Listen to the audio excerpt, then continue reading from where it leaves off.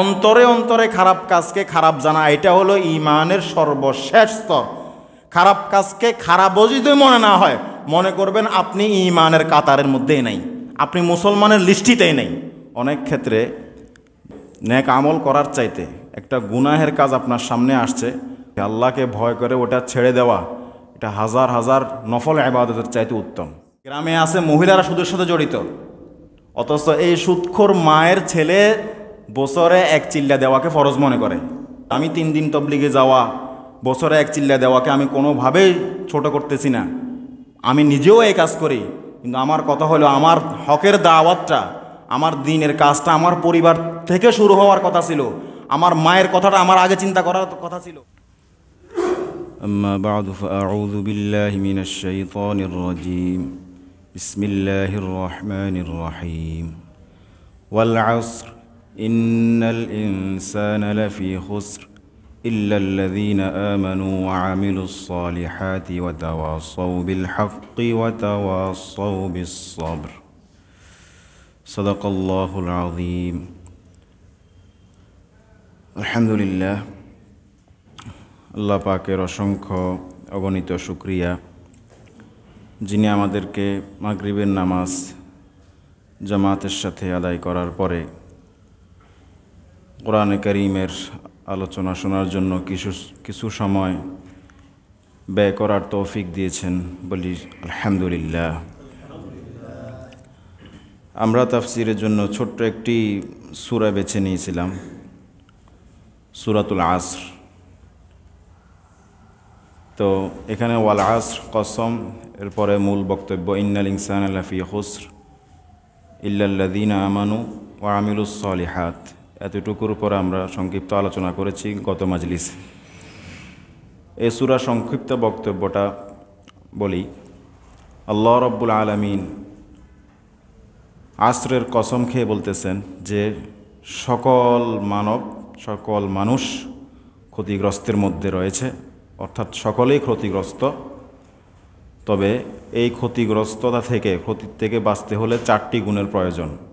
ইল্লাল্লাযীনা আমানু, 1 নম্বর ঈমানের গুণ, ওয়া আমিলুস সালিহাত, 2 নম্বর হলো নেক আমল, 3 নম্বর ওয়া তাওয়াসাউ বিল হক, তাওয়াসি বিল হক, তথা পরস্পরে ঈমান আনার পরে এবং নেক আমল করার পরে নেক আমলের সাথে সাথে তাওয়াসি বিল হক, তথা একে অপরকে হকের সৎ উপদেশ দেওয়া। 4 নম্বর ওয়া তাওয়াসাউ বিস সবর, এবং হকের উপর অটল থাকতে একে অপরকে ধৈর্যের এবং সবরের সৎ উপদেশ দেওয়া।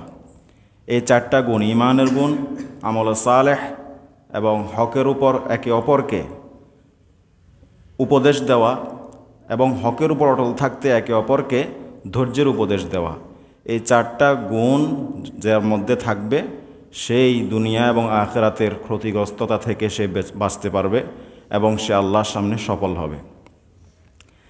আল্লাহ রাব্বুল আলামিন প্রথম কথা বলছেন ইল্লাল্লাযীনা আমানু, যারা ঈমান আনবে তারা ক্ষতিগ্রস্ত নয়। এরপরে ঈমানের তাকাজা, ঈমানের সবচেয়ে বড় দাবি হলো আল্লাহর উপর ঈমান আনার পরে আল্লাহ তাআলার নেক আমলের মধ্য দিয়ে ঈমানকে কি করা? মজবুত করা।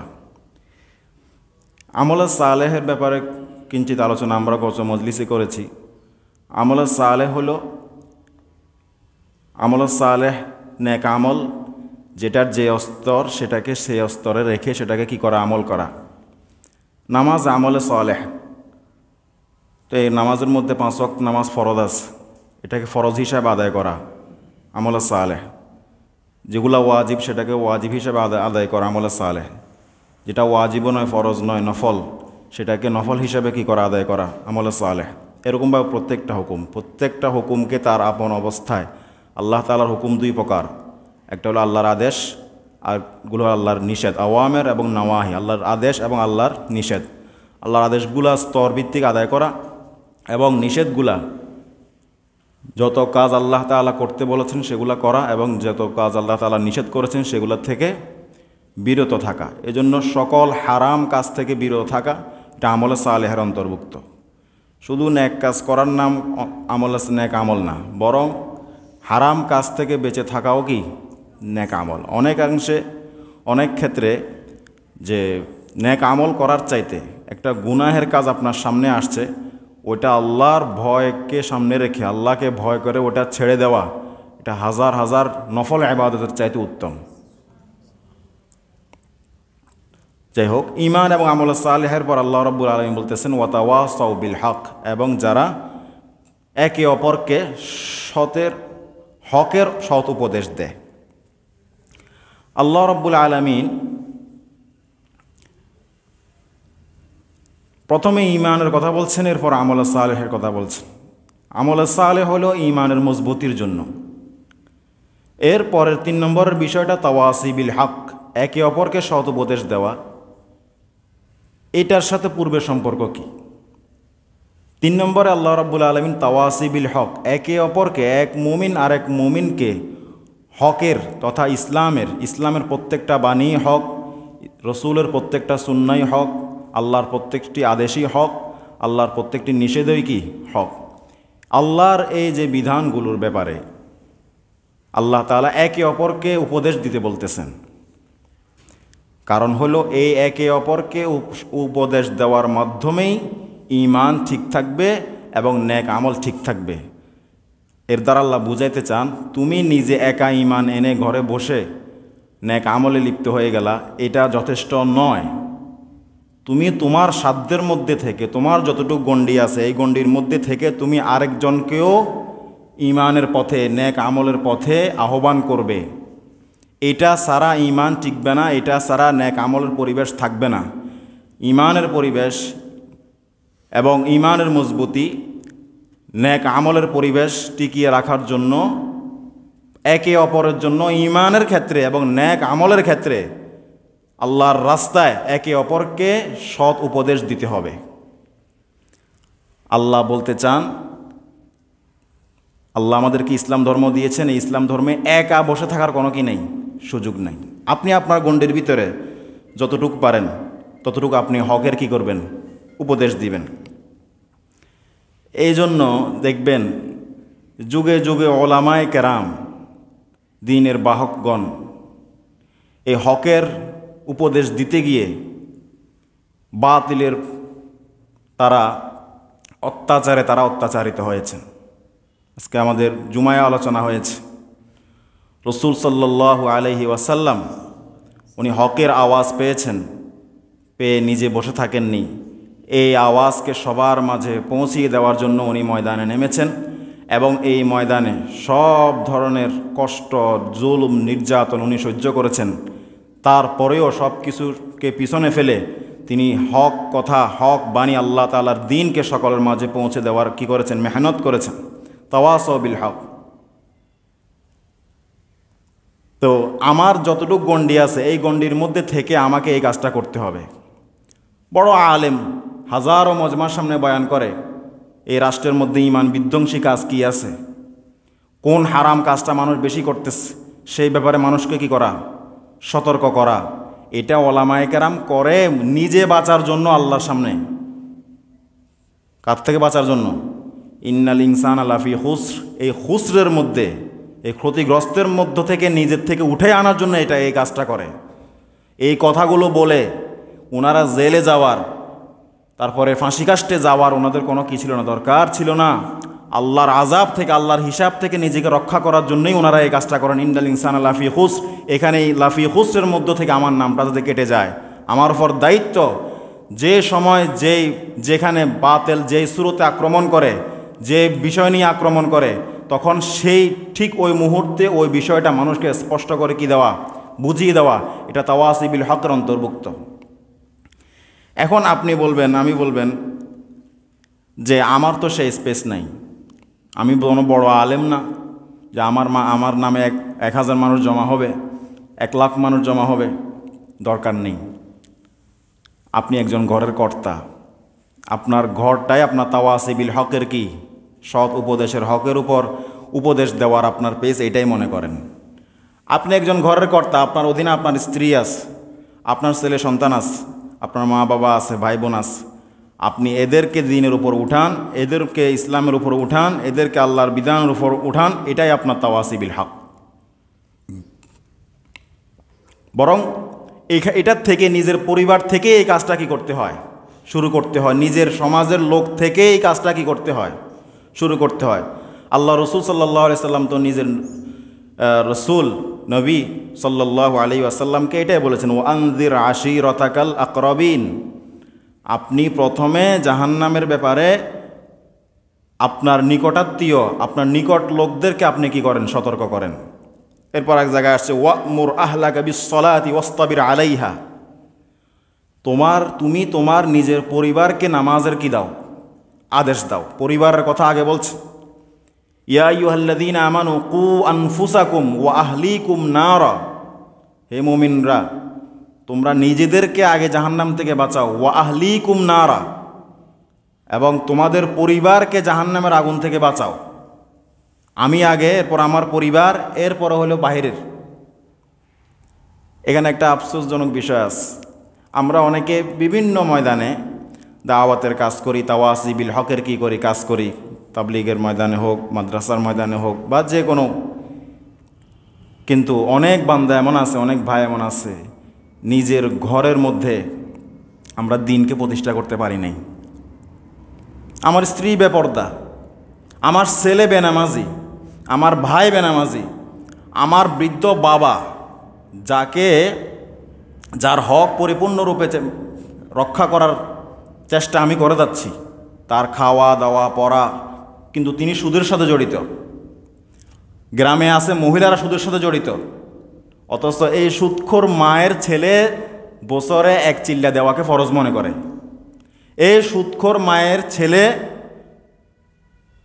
মাসে 3 দিন তবলিগে যাওয়াকে কি মনে করে, ফরজ মনে করে। আমি 3 দিন তবলিগে যাওয়া, বছরে 1 চিল্লা দেওয়াকে আমি কোনোভাবেই ছোট করতেছি না, আমি নিজেও এই কাজ করি। কিন্তু আমার কথা হলো, আমার হকের দাওয়াতটা, আমার দ্বীনের কাজটা আমার পরিবার থেকে শুরু হওয়ার কথা ছিল। আমার মায়ের কথাটা আমার আগে চিন্তা করার কথা ছিল, আমার বাবার কথাটা আমার আগে চিন্তা করার কথা ছিল, আমার বেনামাজি ছেলের ব্যাপারে আমি আগে ফিকির করা দরকার ছিল, এরপর আমার বাহিরে ফিকির করার কথা ছিল। ওয়ানজির আশিরাতাকাল আকরাবিন ওয়ামুর আহলাকা বিসসালাহ। রাসূল সাল্লাল্লাহু আলাইহি সাল্লাম বাচ্চাদেরকে নামাজ পড়ার আদেশ দিতে বলছেন কত বছর বয়স থেকে? 7 বছর বয়স থেকে আদেশ করতে বলছেন। 7, 8, 9 এই 3 বছর পর্যন্ত শুধু বলবে, বাবা নামাজে আসো, বাবা নামাজ পড়ো। কয় বছর? 3 বছর। 10 বছরে যখন উপনীত হবে, না পড়লে পিটান দিতে বলছে। আমার ঘরের সন্তান 10 বছর নামাজ পড়ে না, আমি পিটাইছি। তাওয়াসি বিল হক, হকের উপর শতোপদেশ দিলাম। কয়জনে করছি আমরা, করি কিনা, কতটুকু করছি? আমরা আমাদের ছেলেদের ব্যাপারে দেখেন, তাকে 3 বেলার খাবারের ব্যবস্থা করা, তার শীতকালের কাপড়ের ব্যবস্থা করা, তার পড়ালেখার মাস্টারের ব্যবস্থা করা, সব কিছুকে দায়িত্ব হিসেবে গ্রহণ করছি। কিন্তু আফসোসের বিষয় হলো, আমরা তাদের দিনদারির ব্যাপারে জিম্মাদার হতে পারলাম না। মুসলমানদের সবচেয়ে বড় দুঃখজনক বিষয় হলো বর্তমানে এটা, যে আমার পরিবারের সব কিছুকে, সর্বক্ষেত্রে তাদের খেদমতকে আমি নিজের উপর ওয়াজিব করে নিয়েছি, কিন্তু তাদের দ্বীনি বিষয়ে আমি তাদের জিম্মাদার হতে পারলাম না। যদি দ্বীনি বিষয়ে মা এবং বাবা একটা ছেলের, একটা মেয়ের জিম্মাদারি পূর্ণরূপে গ্রহণ করে, আল্লাহর কসম, এই সমাজের পরিবর্তন মুহূর্তের ব্যাপার। এই সমাজের পরিবর্তন মা বাবার হাতে। মা দিনদার, তবে এটার জন্য আগে মাকে দিনদার হতে হবে, বাবাকে দিনদার হতে হবে। মা দিনদার, বাবা দিনদার, এরপর ওনারা দিনদারি গ্রহণ করে, আল্লাহর আহকামকে গ্রহণ করে, রসুলের সুন্নাহকে গ্রহণ করে।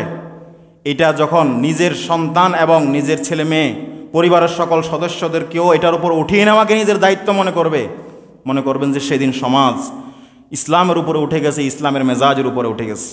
ওয়াতাওয়াসাউ বিল হক্কি, আমি আমার তাওয়াসি বিল হকের কাজ, দ্বীনের উপর, দ্বীনের ক্ষেত্রে একে অপরকে শতোপদেশ দেওয়ার কাজটা কোত্থেকে শুরু করতে পারি? আমার পরিবার থেকে কি করতে পারি? শুরু করতে পারি। আমি আমার স্ত্রীকে সদুপদেশ দিব। রাসূল সাল্লাল্লাহু আলাইহি সাল্লাম সর্বক্ষেত্রে আমাদের কি কুদওয়া, মডেল, আদর্শ। রাসূল সাল্লাল্লাহু আলাইহি সাল্লাম বলছেন, মা মিন আবদিন ইস্তারঈহিল্লাহ রাইয়াতান ওয়া লাম ইউইদহা বিনুসহিহি ইল্লা লাম ইয়াজিদ রাইহাতাল জান্নাহ। ইমাম বুখারী মুসলিম হযরত মাকিল ইবনে ইয়াসার রাদিয়াল্লাহু তাআলা আনহু থেকে হাদিসটা রওয়ায়াত করছেন, তোমাদের যে কেউ তাকে আল্লাহ তাআলা একটা স্পেস দিছেন, তার অধীনস্থ কিছু লোক থাকে, তোমাদেরকে আল্লাহ তাআলা রাঈ বানিয়েছেন, তবে তুমি তোমার অধীনস্থ লোকদের ব্যাপারে তুমি তাদের দ্বীনের ক্ষেত্রে কল্যাণকামিতা করনি। ইল্লা লাম ইয়াজিদ রাইহাতাল জান্নাহ, তুমি যত বড় নামাজই হোক, তুমি যত বড় দিনদারই হোক, লাম ইয়াজিদ রাইহাতাল জান্নাহ, তুমি জান্নাতের ঘ্রাণ পাবে না। নাউযুবিল্লাহি মিন যালিক। তার মানে আমার পরিবারের সদস্যরা তো আমার অধীনে আছে কমাস কম। আপনি অফিসের প্রধান, বস, আপনার অধীনে আপনার কর্মচারীরা আছে, তাদেরকে যদি আপনি দ্বীনের সৎ নসিহত, সৎ উপদেশ যদি আপনি দিতে না পারেন, তাহলে রসুল বলতেছেন লাম ইয়াজিদ রাইহাতাল জান্নাহ, নিজে একা ঈমান এনে নিজে একা নেক আমলে সালেহ করে জান্নাতের ঘ্রাণ পাওয়া সম্ভব না। এই জন্য আমরা প্রত্যেকে নিয়ত করি, অন্তত আমি বাহিরের বিষয় বাদ দিলাম, আমার পরিবারের দিনদারের বিষয়ে জিম্মাদার আমি নিজে, আমার স্ত্রীর দিনদারির জিম্মাদার আমি নিজে, আমার নাবালেক সন্তানের দিনদারির, আমার সন্তান, ছেলে সন্তান মেয়ে সন্তানের দিনদারির জিম্মাদার আমি নিজে। এই জিম্মাদারি যতদিন গ্রহণ করতে পারবেন না, জান্নাতের আশা করবেন না, অত সহজ না। রাসূল সাল্লাল্লাহু আলাইহি সাল্লাম কীভাবে তার স্ত্রীদেরকে তাওয়াসি বিল হক করেছেন, সৎ উপদেশ দিয়েছেন। রাসূল সাল্লাল্লাহু আলাইহি সাল্লাম তার স্ত্রী 11 জন স্ত্রী ছিল, স্ত্রীদের সাথে কিভাবে চলেছেন উনি, কিভাবে তাদেরকে বিভিন্ন সময় ভুল ধরে তাদের ভুলগুলো শুধরিয়ে দিয়েছেন, আমি সেরকম করে কিনা। যেমন হজরতে আয়েশা রাদিয়াল্লাহু তাআলা আনহা, উনি বলেন যে সাতারতু সাহওয়াতান লি বিকিরামিন ফিহি তামাথিল, আমি একটা পর্দা,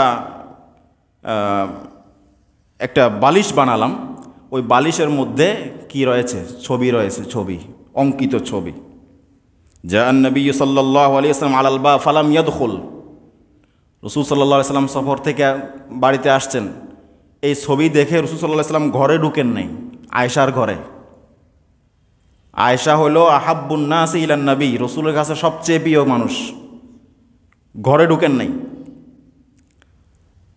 আয়েশা বলতেছে ফাআরাফতু ফি ওয়াজহিহিল কারাহিয়া, ঘরে এসে ঘরে না ঢোকার কারণে রসুলের চেহারার মধ্যে আমি একটা অপছন্দনীয় ভাব দেখতে পেলাম। কুলতু ইয়া রাসূলুল্লাহ আতুবু ইলাল্লাহি ওয়া ইলা রাসূলিহি মাযা আযনাবতু।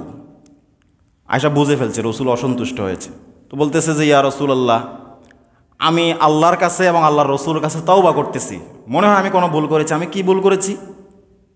রাসূল সাল্লাল্লাহু আলাইহি ওয়াসাল্লাম বলছেন মা মা বালু হাযিহিন নুমরুকা, এই যে তুমি অঙ্কিত ছবি অঙ্কিত জিনিসটা তৈরি করলা, এটাকে এখানে রাখলা, এটা কি?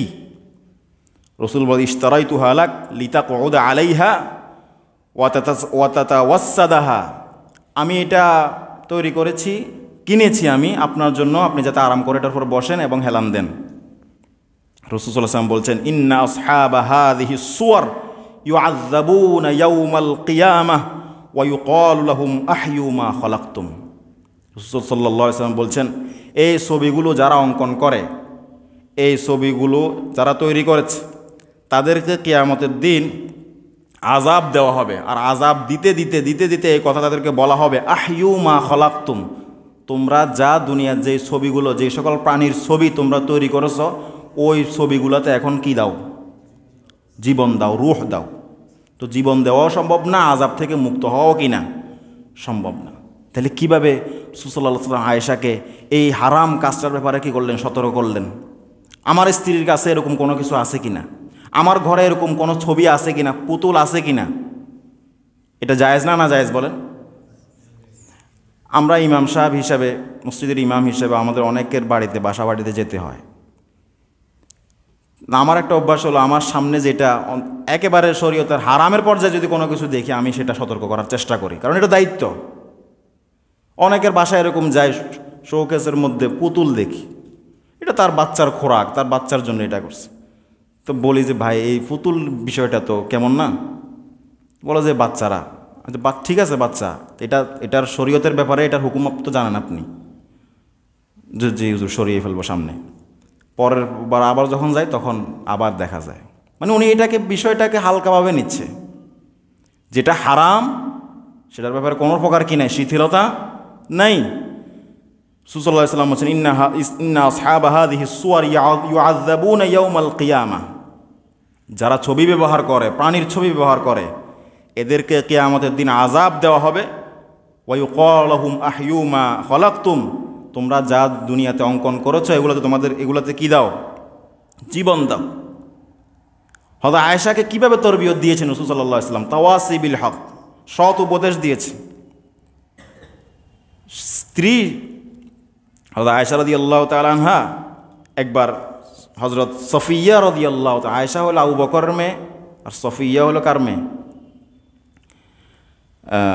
সফিয়ার ব্যাপারেও আছে, হাফসার ব্যাপারেও আছে। হাফসা হলো ওমরের মেয়ে। তো আয়েশা তো সব দিক থেকেই ফিট ছিলেন, সুন্দরী ছিলেন। আল্লাহ তাআলা সব কিছু রূপে গুণে এলমে জাকাওয়াতে মেধা তীক্ষ্ণতা সব কিছু দিয়েছেন, কিন্তু রসুলের কাছে উনি সবচেয়ে ছোট্ট স্ত্রী ছিলেন। তো উনি একবার হয়তো সফিয়া বা হাফসার কাছে একটু সময় বেশি দিয়েছেন। তো আয়েশা বলতেছে যে হাসবুকা মিন সফিয়া কাদা ওয়া কাদা, মিন সফিয়াতা কাদা ওয়া কাদা, যে আপনার সফিয়া হলে বা হাফসা হলে আপনার চলবে। আয়েশা বলতেছে সে তো এমন এমন, এমন এমন দ্বারা ইঙ্গিত করলো ইন্নাহা কসিরা, যে সফিয়া খাটো। সফিয়া কি খাটো? রাসূল এটা ধরছেন, সফিয়াকে যে কি বলছে, খাটো বলছে, এটা ধরছেন। এই যে ভুলটা ধরিয়ে দেওয়া, তাওয়াসি বিল হক। রাসূল সাল্লাল্লাহু বললেন, আয়েশা তুমি এমন একটা কথা বলেছ, তোমার এই শব্দটাকে যদি পুরো পৃথিবীর সাগরের পানির সাথে মিশিয়ে দেওয়া হয়, সাগরের পানির রং পরিবর্তন হয়ে যাবে। এটা এত নিকৃষ্ট কথা বলেছো তুমি, মানুষকে কটাক্ষ করে কথা বলা এত অপছন্দনীয় রাসূলের কাছে, আল্লাহর কাছে। লাকাদ কুলতি কালিমাতান লাউ মুজিজাত বিমাইল বাহর লা মাজাজাতহু, তুমি এমন একটা কথা বলেছো, এই কথাটাকে যদি সাগরের পানির সাথে মিশিয়ে দেওয়া হয়, সাগরের পানির রং পরিবর্তন হয়ে যাবে। মানে কটাক্ষ করে আরেকজনকে কি বলা, আরেকজনের খাটো বলা, কাউকে লম্বা বলা, পাতলা বলা, হ্যাংলা বলা, তুচ্ছ করা, নাক বোসা বলা, বলি না আমরা? মারাত্মক গুনাহ এগুলা। মানুষকে ছোট নজরে দেখা, মানুষকে দোষ ধরা। আরেক জায়গায় এরকম আসছে হাদিসের মধ্যে, রাসূল সাল্লাল্লাহু আলাইহি সাল্লাম রাস্তার মধ্যে ছিলেন, আয়েশা পাশে ছিল। তো ইহুদিরা তো তাদের তো চিরচারিত অভ্যাস রসুলকে কি দেওয়া, কষ্ট দেওয়া। তো তারা রসুলকে দেখে বলল যে আসসালামু আলাইকুম। কি বলছে? আসসালামু আলাইকুম, আসসালামু আলাইকুম বলে নাই। আসসালামু আলাইকুম মানে আপনার উপর আল্লাহর পক্ষ থেকে শান্তি নাজিল হোক, আর সাম মানে মৃত্যু। তারা রসুলকে দেখে বলছে আসসালামু আলাইকুম, আপনার উপর মৃত্যু, আপনার মৃত্যু আসুক। রাসূল সাল্লাল্লাহু আলাইহি ওয়াসাল্লাম কোনো কিছুই বলে নাই। আয়েশা রাদিয়াল্লাহু তাআলা আনহা বিষয়টা মেনে নিতে পারেন নাই। উনি বলতেছেন ওয়ালাইকুমুস সাম। রাসূল এটার উত্তর দিয়েছেন ওয়ালাইকুম হাকাযা, ওয়ালাইকুম হাকাযা, এরকম তোমাদের উপরেও, এরকম তোমাদের উপরেও। সরাসরি মৃত্যু ওই শব্দটা উল্লেখ করা নাই, কিন্তু আয়েশা কি বলে ওয়ালাইকুমুস সাম ওয়ালাআনাকুমুল্লাহ ওয়া গাযিবাল্লাহু আলাইকুম, তোমাদের উপর মৃত্যু, আল্লাহ তোমাদের উপর লানত করুক, আল্লাহ তোমাদের উপর রাগান্বিত হোক, তোমাদের উপর গজব নাজিল করুক, এরকম বলে আরও বিভিন্ন অকথ্য ভাষায় ইহুদিদেরকে গালি দিল আয়েশা রাদিয়াল্লাহু তাআলা আনহা। আয়েশার এই আচরণ রসুলের কি হয়নি, পছন্দ হয়নি। রাসূল সাল্লাল্লাহু আলাইহি ওয়াসাল্লাম বললেন মাহলান ইয়া আয়েশা আলাইকি বিররিফকি ওয়া ইয়াকি ওয়াল উনফি ওয়াল ফুহশ। আয়েশা তোমার জন্য উচিত যে তুমি নম্রতার ভাষা কি করবে, গ্রহণ করবে, কঠিন শব্দ ব্যবহার করা থেকে, গালি গ্লুজ থেকে তুমি কি থাকবে, নিজেকে কি রাখবে, বিরত রাখবে। এই যে স্ত্রীকে কি করলো, সৎ উপদেশ দিল, শুধরিয়ে দিল। এই যে শুধরিয়ে দেওয়া, এটাই তাওয়াসি বিল হক। যেখানে যে দেখবেন অশুদ্ধ কোনো কিছু হচ্ছে, আপনার ক্ষমতার বলয় যতটুকু আছে এতটুকুর মধ্যে থেকে আপনি সেটাকে, সেখানের হক বিষয়টাকে বুঝিয়ে দেওয়া, এটা প্রত্যেক মুসলমানের কি দায়িত্ব। আপনি এই দায়িত্ব পালন করবেন না তো আপনি একটি ওয়াজিব কাজ, সেই কাজটা যদি হারাম হয়ে থাকে, আপনি যদি সেটা বাধা না দেন, আপনি একটি ওয়াজিব কাজকে তরক করলেন। বাকি আপনার যদি সেরকম শক্তি না থাকে, হাত দ্বারা সেটাকে বন্ধ করারও শক্তি নাই, মুখ দ্বারা সেটার প্রতিবাদেরও শক্তি নাই, তাহলেও একটা স্তর আছে ইমানের। সেটা হলো কি, অন্তরে সেইটাকে কি জানা, খারাপ জানা, আল্লাহর কাছে ক্ষমা চাওয়া। আল্লাহ, আমার পেশি শক্তিও নাই এইটাকে বন্ধ করার, আমার প্রতিবাদের মুখের শক্তিও নাই ব্যবহার করার, করলে আমি জাঁতা কলে পড়ব। তবে এই কাজটা তুমি ভালো করে জানো আল্লাহ, আমি এই কাজটা যে হারাম এটার উপর ইমান রাখতেছি, এবং এই কাজে যারা জড়িত তাদেরকে আমি আপনার রাজামন্দির উদ্দেশ্যে তাদেরকে আমি ঘৃণা করি, এবং আমি তোমার কাছে দোয়া করি তুমি তাদেরকে এই পথ থেকে ফিরে আসার কি দাও, তৌফিক দাও। এতটুকু করলে আপনার ফরজ কাজ আদায় হয়ে যায়, মনে মনে খারাপ জানলে। মান রাআ মিনকুম আমরান মুনকারা ফালইয়ুগাইয়িরহু বিয়াদিহি ফাইন লাম ইয়াস্তাতি' ফাবিলিসানিহি ওয়া ইন লাম ইয়াস্তাতি' ফাবিকলবিহি ওয়া যালিকা আযআফুল ঈমান। মুসলিমের রিওয়ায়াত, রাসূল সাল্লাল্লাহু আলাইহি ওয়াসাল্লাম বলেন, তোমাদের যে কেউ কোনো হকের বিপরীত কোনো কিছু দেখবে, দ্বীনের বিপরীত কোনো কিছু দেখবে, ফালইয়ুগাইয়িরহু বিয়াদিহি, তুমি তোমার বাহুশক্তি ব্যয় করে সেটাকে বন্ধ করার চেষ্টা করবে যদি তোমার সামর্থ্য থাকে। ফাইন লাম তাস্তাতি', যদি না পারো তাহলে তোমার প্রতিবাদের শক্তি তুমি ব্যয় করে সেটা বন্ধ করার চেষ্টা করবে। ফাইন লাম ইয়াস্তাতি' ফাবিলিসানিহি ফাবিকলবিহি, ওইটাও যদি না পারো তাহলে কমাস কম ওই কাজটা যে খারাপ কাজ, গর্হিত কাজ, শরীয়ত বিরোধী কাজ, এটা অন্তরে স্থান দিবে, এটাকে খারাপ জানবে। অন্তরে অন্তরে খারাপ কাজকে খারাপ জানা, এটা হলো ঈমানের সর্বশেষ স্তর। খারাপ কাজকে খারাপও যদি মনে না হয়, মনে করবেন আপনি ঈমানের কাতারের মধ্যেই নাই, আপনি মুসলমানের লিস্টিতেই নেই। এখন এটার জন্য কি জরুরি, কোনটা হারাম কোনটা হালাল এটা তো কোনটা হালাল কোনটা হারাম এটাই যদি না জানি, আমি কোনটাকে ভালো মনে করব আর কোনটাকে খারাপ মনে করব।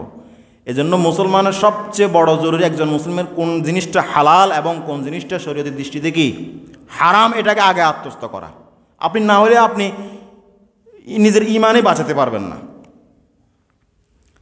রাসূল সাল্লাল্লাহু আলাইহি ওয়াসাল্লাম শুধু স্বামী স্ত্রীকে সৎ উপদেশ দিবে এমন তো, স্ত্রীও স্বামীকে কি দিবে, সৎ উপদেশ দিবে। দ্বীনের ক্ষেত্রে একে অপরে তারা কি, ইন্নামাল মুমিনুনা ওয়াল মুমিনাত আউলিয়া বা'দুহুম আউলিয়াউ বা'দ, মুমিন মুমিনা তারা একে অপরের সহযোগী। রাসূল সাল্লাল্লাহু আলাইহি ওয়াসাল্লাম বলেন, রাহিমাল্লাহু রাজুলান কামা মিনাল লাইল ফাসাল্লা ফাআইকাযা ইমরাআতাহু ফাইন আবাত নাযহা ফি ওয়াজহিহাল মা। আল্লাহ তাআলা ওই স্বামীর উপরে রহম করুন যিনি ঘুম থেকে উঠেছে, নামাজ পড়েছে, অতঃপর নামাজের জন্য তার স্ত্রীকে কি করে জাগিয়েছে। স্ত্রী যদি ঘুমের প্রভাবের কারণে উঠতে অস্বীকৃতি জানায়, নাযহা ফি ওয়াজহিহাল মা, তার মোহাব্বতের সাথে তার চেহারা একটু কি ছিটিয়ে দিল, পানি ছিটিয়ে দিল, এই লোকটা রাসূল দোয়া করে গেছেন, এই লোকের প্রতি আল্লাহ তাআলা রহমত নাজিল করুন, বলেন সুবহানাল্লাহ। ঠিক একই কথা রাসূল সাল্লাল্লাহু আলাইহি ওয়াসাল্লাম স্ত্রীর ব্যাপারেও বলছেন, ওয়া রাহিমাল্লাহু ইমরাআতান কামাত মিনাল লাইলি ফাসাল্লাত ফাআইকাযাত যাওজাহা ফাইন আবা নাযাজাত ফি ওয়াজহিহিল মা। ওই স্ত্রীকে আল্লাহ তাআলা রহম করুন যে স্ত্রী রাত্রে ঘুম থেকে উঠে নামাজ পড়েছে, অতঃপর তার স্বামীকে সে জাগ্রত করেছে, স্বামী উঠতে না চাইলে মোহাব্বতের সাথে স্বামীর চেহারা একটু কি দিয়েছে, পানি ছিটিয়ে দিয়েছে, সেই স্ত্রীকেও আল্লাহ তাআলা কি করুক, রহম করুক। তাইলে যে উপদেশ দেওয়া, দ্বীনের ক্ষেত্রে উপদেশ দেওয়া, এটা শুধু স্বামীর দায়িত্ব নয়। স্বামীর মধ্যে যদি দ্বীনদারিতে ত্রুটি থাকে আর স্ত্রী দ্বীনদার হয়, তাহলে অবশ্যই স্ত্রী তার স্বামীকে দ্বীনের পথে পরিচালনা করার কি করবে, চেষ্টা করবে। আমাদেরকে এভাবেই এগিয়ে যেতে হবে। এই হাদিসটা আমাদের মনে রাখতে হবে, মা মিন আবদিন ইয়াস্তারঈহি রাইয়াতান ফালাম ইউহিতহা বিনুসঈহি ইল্লা লাম ইয়াজিদ রাইহাতাল জান্নাহ। হযরতে মাকিল ইবনে ইয়াসার রাদিয়াল্লাহু তাআলা আনহু রাসূল সাল্লাল্লাহু আলাইহি সাল্লাম থেকে রওয়ায়াত করেন, যে কোনো বান্দা সে কারো উপর তাকে আল্লাহ তাআলা কর্তৃত্ব দিয়েছেন আর তাদেরকে সে দ্বীনের ক্ষেত্রে তাদের কল্যাণকামিতা চায়নি, সে রাইহাতাল জান্নাহ, জান্নাতের কি পাবে না, ঘ্রাণ পাবে না। আল্লাহ তাআলা আমাদেরকে অন্তত আমাদের পরিবারের আমাদের যে যতটুকু এরিয়া, এতটুকুর ভিতরে আমাদেরকে একজন দায়ী হিসেবে সবসময়, জিম্মাদার হিসেবে সবসময় থাকার তৌফিক দান করুক। খুবই আফসোসের বিষয় না যে আমি 5 ওয়াক্ত নামাজ আমরা অনেকে মসজিদে আসি, 5 ওয়াক্ত নামাজ আমি মসজিদে পড়ি, নিজেকে অনেক দিনদার মনে করি, কিন্তু ছেলে সন্তানের বেলায় আসলে, ছেলেদের বেলায় আসলে, মেয়েদের বেলায় আসলে আমাকে দিনদার আর মনে হয় না। এর সাক্ষী হলো আমার ছেলে মেয়ের বিবাহের অনুষ্ঠান। কারণ সে অনুষ্ঠানটা সে যেভাবে তার মন চাইছে সেভাবে সে এটাকে সাজাইছে। আপনি বাবা হিসেবে কোনো প্রকার তাকে নসিহত করার চেষ্টা করেননি। তার বিবাহের মধ্যে সে বদ্দিনের যত আয়োজন, সব কিছুর আয়োজন সে করেছে। আপনি বাবা হিসেবে তাকে কোনো কিছুই বলেননি। অথচ এ বর্তমান সমাজের অধিকাংশ ছেলে বাবার টাকা দিয়ে বিবাহ করে, করে কি না? বাবার টাকা দিয়ে বিবাহ করে, আর আয়োজন সব তার মন মতো। অথচ বাবা প্রথম কাতারের মুসল্লি, ইমামের পিছনের মুসল্লি। কি হবে আপনার এই মুসল্লি দিয়ে? আপনি আপনার তাওয়াসি বিল হকের যে ফরজ কাজটা, এটা আপনার পরিবারের মধ্যে আপনি করতে পারেন নাই। আপনার মেয়ে ভার্সিটিতে পড়ে, ভালো কথা পড়ে, কিন্তু তার পর্দার ব্যাপারে আপনি শিথিলতা প্রদর্শন করেন। আপনি ইন্নাল ইনসানা লাফি খুসর, দুনিয়া এবং আখিরাতের ক্ষতিগ্রস্ত থেকে আপনি নিজেকে মুক্ত ঘোষণা করতে পারবেন না। ইন্নাল ইনসানা লাফি খুসর, এই আয়াতের মধ্যে আমরা কারা কারা থাকতে চাই? কেউ না। ইন্নাল ইনসানা লাফি খুসর, সকল মানুষ ক্ষতিগ্রস্তের মধ্যে আছে। ইল্লা বলে ক্ষতিগ্রস্ত থেকে কি করছেন? বের করছেন। ইল্লাল্লাযীনা আমানু, যারা ঈমানদার, এটার মধ্যে কারা কারা থাকতে চাই? ওয়া আমিলুস সলিহাত, নেক কাজ করেছে, সবাই থাকতে রাজি আছে। ওয়া তাওয়াসাউ বিল হক, এটার মধ্যে আমরা অনেকে থাকতে রাজি না। এখানে আসলে আমি মুমিন এটার প্রকাশ পায় না, আমার আমল সালেহ এখানে প্রকাশ পায় না।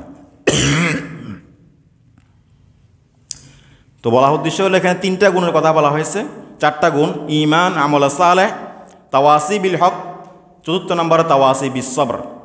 ঈমান আনার পরে নেক আমল, আল্লাহ তাআলার ফরজ বিধানগুলো, হালালকে হারাম জানা, হারামকে হারাম জানার পরে, এবং যাবতীয় নেক আমল সাথে এই যেগুলো আপনি করবেন, যেগুলো আপনি করবেন না, যেগুলা করবেন সেগুলা অন্যকে করার কি দিবেন? দাওয়াত দিবেন। যেগুলা করবেন না সেগুলো আরেকজনকে না করার কি দিবেন? দাওয়াত দিবেন। এটার মাধ্যমেই ঈমান টিকে থাকবে, এটার মাধ্যমে নেক আমলে আপনি নিজেকে জড়িত রাখতে পারবেন, এটার মাধ্যমে আপনার ঈমান সহজ হবে। ইসলাম কখনো একা বসে থাকাকে কি করে না? স্বীকৃতি দেয় না। এটা জরুরি নয় যে আপনার উপর এটা আবশ্যক নয় যে আপনি নির্দিষ্ট কোনো পন্থায় নিজেকে আবদ্ধ রেখে আপনি দ্বীনের কাজ করবেন। দ্বীনের কাজ অনেক ব্যাপক একটি বিষয়। আপনি আপনার পরিবারের সদস্যদের থেকে এটা শুরু করতে পারেন। আপনার স্ত্রীর নামাজ ঠিক আছে কিনা, পর্দা ঠিক আছে কিনা, হালাল হারাম ঠিক আছে কিনা। আমাদের স্ত্রীরা, আমাদের মেয়েরা কত রকমের হারাম কিছু ব্যবহার করে। চুলের ক্ষেত্রে ব্যবহার করে, তাদের ঠোঁটে ব্যবহার করে, চোখে ব্যবহার করে, প্লাগ করে, কত রকমের কত কিছুই করে। এগুলার একটারও কি শরীয়তের কোনো অনুমতি আছে? যে মেয়েটা তার ভ্রু প্লাগ করে, ভ্রু প্লাগ করা কি হারাম, স্পষ্ট হারাম। আল্লাহ যে চিত্র দিয়ে আপনাকে পাঠিয়েছে সেই চিত্রকে পরিবর্তন করার নামান্তর এটা। ট্যাটু ব্যবহার করে আপনার ছেলে, হারাম। চুল কাটে, কোন স্টাইলে চুল কাটে আপনার ছেলে? হাদিসের মধ্যে আছে চুলের এক সাইডে একেবারে ছেঁটে এটাকে চুলের মাথার গোশত দেখা যায়, আর এক সাইডে লম্বা করে রাখ, এটা হারাম। এগুলাকে আমরা কিছুই মনে করতেছি না। বলতেছে ছেলে টাকা তো আপনার থেকেই নিছে, কিন্তু সে চুলটা সুন্নাহ অনুযায়ী কাটছে কিনা এটার ব্যাপারে আমি খবরদারি করতে পারি না।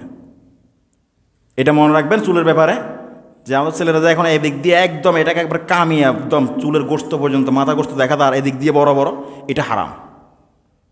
আমি বলবো না যে সামনে একটু বড় রাখলে এটা হারাম হয়ে যাবে, এটা বলবো না, কিন্তু মাথার কোনো সাইডে দিয়া একেবারে কামানোর মতো করে ফেলা আর আরেক সাইডে দিয়া চুল রাখা, এটা কি হারাম।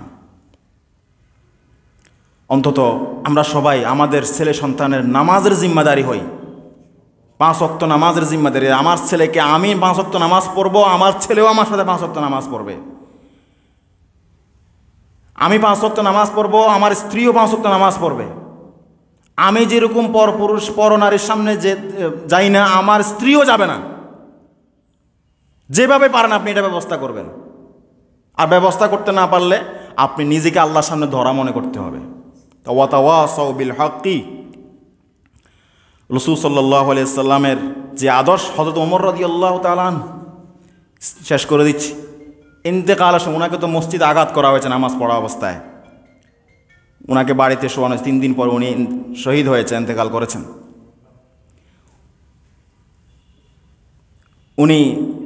উনাকে এই অবস্থায় এক যুবক দেখতে গেছে, তার টাকনুর নিচে ছিল কি, তার লুঙ্গি বা পাজামা।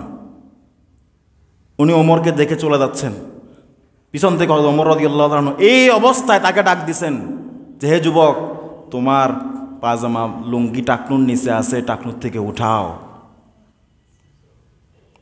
জীবনের অন্তিম মুহূর্তে তাওয়াসি বিল হকের উপর আমল করে গেছে, আমাদেরকে নমুনা দেখায় গেছে।